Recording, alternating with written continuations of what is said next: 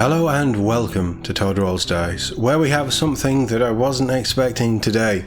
I don't quite think it's a surprise, but it's definitely not something I thought would be previewed quite as soon as it has been. It's time for the next Approved Ops, this time with Kill Team Approved Ops 2025. Snatch the initiative and secure new objectives.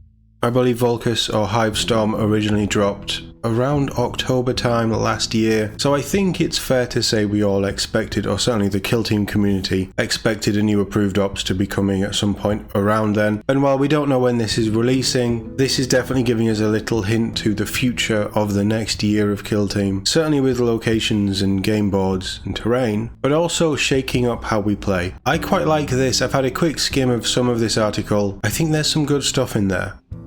How about we just jump through this one, we'll have a look, we'll read the examples that we have, and then we'll see what we think.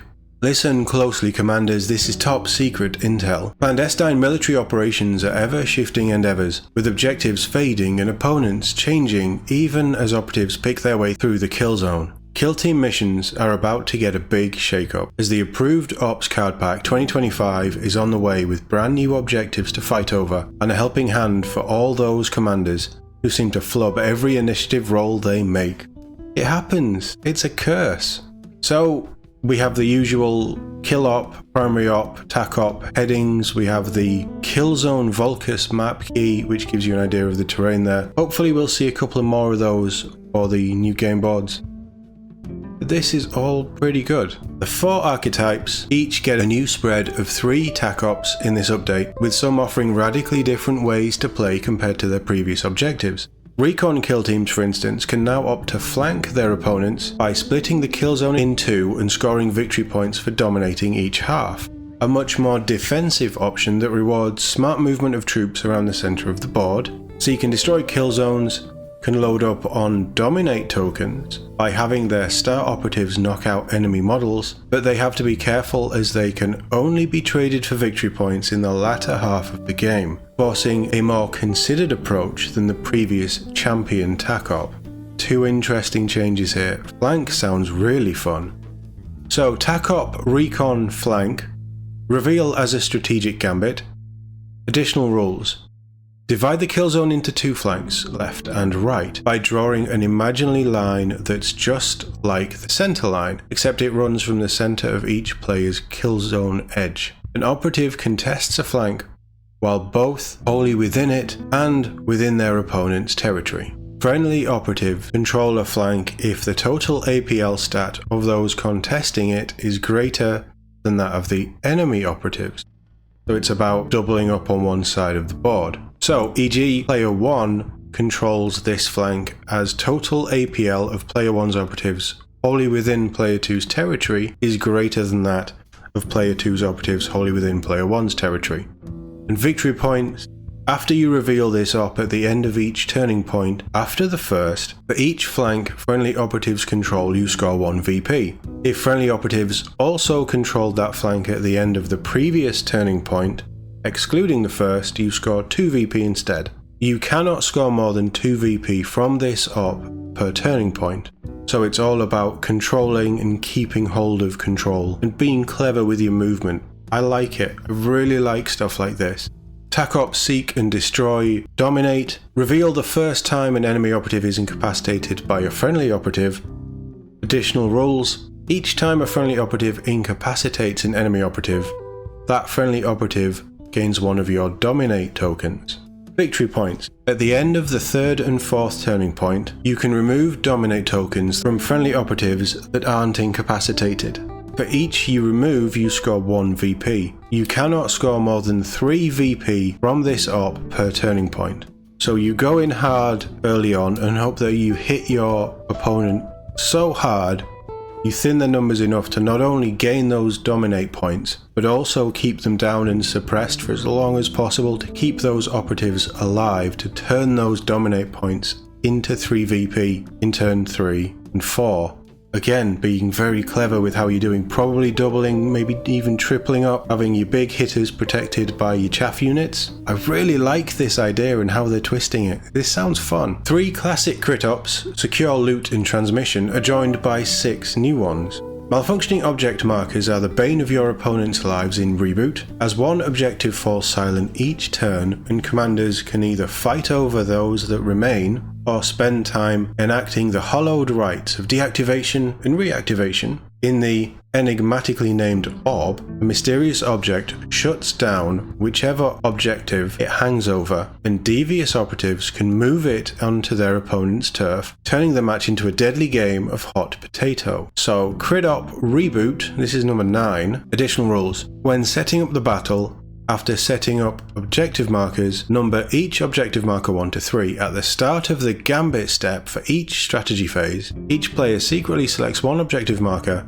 by putting a number of the dice in their hand corresponds to the objective marker's number. They then reveal their selections simultaneously. If both players selected the same one, that objective marker is inert during this turning point. If not, the objective marker that neither player selected is inert during this turning point. Okay, I like that too.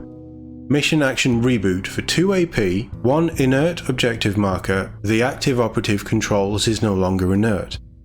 But an operative cannot perform this action during the first turning point or while it is in control range of an enemy operative. Victory points. At the end of each turning point after the first, for each objective marker friendly operatives control you score 1 VP. Ignore inert objective markers when determining this, so you really need to get inside your opponent's brain so you can either be triggering the same objective as them or picking one that they don't necessarily want to cause their objective to be turned off. That's not necessarily tactic, there's also an element of luck and risk in there as well that I really like. And then the other one looks like number 4, Orb. Additional rules: at the start of the battle the center objective has the Orb token. Mission Action Move Orb for 1 AP.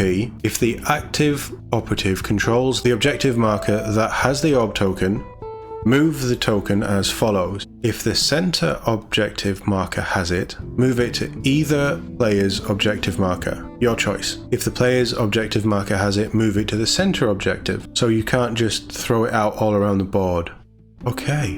And then the red bit, an operative cannot perform this action during the first turning point while within control range of an enemy operative, or if it doesn't control the objective marker that has the orb token. Victory points. At the end of each turning point after the first, for each objective marker that friendly operatives control doesn't have the orb token, you score 1 VP. Reboot sounds more interesting. Along with new ways to score victory points, there's a mechanic that manipulates initiative rolls, giving commanders the opportunity to cash in their bad luck to seize momentum when it really matters. The winner of the first initiative roll decides who takes the initiative before the battle, and who therefore gets to select the drop zones. The other gets a card that lets them re-roll a future initiative roll. Then, the player that loses each subsequent initiative roll gets a card that allows them to modify a future initiative roll. The more initiative you lose, the greater the chance of winning one later. So you can see there, it looks like we've got the re-roll card, and then we've got a +2 -2 to your initiative roll. These cards don't need to be used right away, and you can use them either to add or to subtract from your roll, so stockpiling a couple of cards can make that crucial final initiative roll much more reliable. The value of the modifier cards increases for each turning point that passes, so losing a late game roll means you'll bounce back all the harder. Not sure about this. Let me know what you guys think about the initiative roll manipulation. I think it adds extra threat, but it's probably quite a tactical thing, and it's maybe a bit of chicken you got to play with your opponent. So we have a +2 -2 to your initiative roll. Give this to the player that lost the initiative roll during the second turning point. They can use it once in the subsequent strategy phase. Or the re-roll your initiative roll. Give this to the player that didn't have initiative when setting up the battle, i.e. didn't select drop zones. They can use it once in a subsequent strategy phase. So you hold on to it, maybe you stockpile. It doesn't say anything about being able to use 2 initiative modifier cards at the same time, which is probably a bit of a balancing act against them. I don't know how I feel about that. It's an extra element, it's an extra step to the initiative roll each turn. I guess it keeps it more engaging, and if you really don't want to go first turn 3, you can fail your initiative roll, things like that. I don't know. Interesting. So on top of all this, 3 new layout leaflets add 6 new maps for each kill zone. So we have Volcus, Beta Decima, and the upcoming Kill Team Tomb World. as well as 6 returning maps for both Killzone Gallowdark and general non-specific kill team boards. So confirming you can still do your non-specific kill team boards, but I think crucially, Gallowdark. I had a feeling that Gallowdark might be disappearing in favour of the new Tomb World. Gallowdark is still very much a legal kill zone in this game, which is good. It should be. All of this 3-year cycle, Gallowdark, Beta Decima, Vulcus, Tomb World when it releases, these should all be legal kill zone formats. So I think that's really good, because apparently from what they were saying, Tomb World and Gallowdark are slightly different shapes and dimensions. But I think that that's a positive step. Combined with new crit ops and tac ops, they'll be sure to shake up your games of Kill Team for the next year and give you many more exciting operations to come. The Kill Team Approved Ops Card Pack 2025 will be coming out shortly after the hotly anticipated arrival of Kill Team Tomb World. Stay tuned to Warcom for more news soon.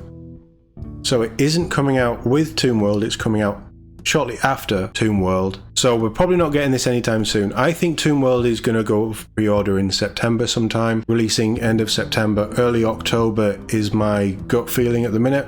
I hope it's that time frame, because I don't feel like we need to rush into Tomb World yet. As cool as those new kill teams are, and as stunning as that new terrain is, I don't want to paint that much scenery right now. It's purely selfish, I know, but that's just my thoughts. Overall, I like what they're doing, and I like that they're not afraid to try these new things, to switch up missions, to switch up tac ops, playing with initiative, bringing something new in, but also keeping the old Killzone formats and then bringing in new ones as well. I think this is pretty good. I've always liked how Kill Team do these approved ops. They are for more competitive match play. If you do your tournaments and things, you're going to need a pack of these. If you're not bothered about any of that, you can skip this, but this will be the latest, like Season 2 way of playing Kill Team if you want to keep up with all of the objectives and game boards and things. The one worry with these is that they're usually sell out very quick and are very slow to be restocked.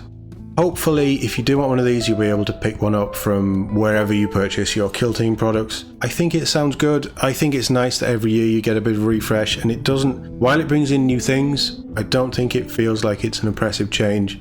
It's not fundamentally changing the game, it's just tweaking certain things and refreshing how you're going to be playing those games. I like this idea. I will hopefully be picking this up as long as there is stock available. But let me know what you think in the comments below. As always, thank you very much for watching, and I'll see you all in the next one.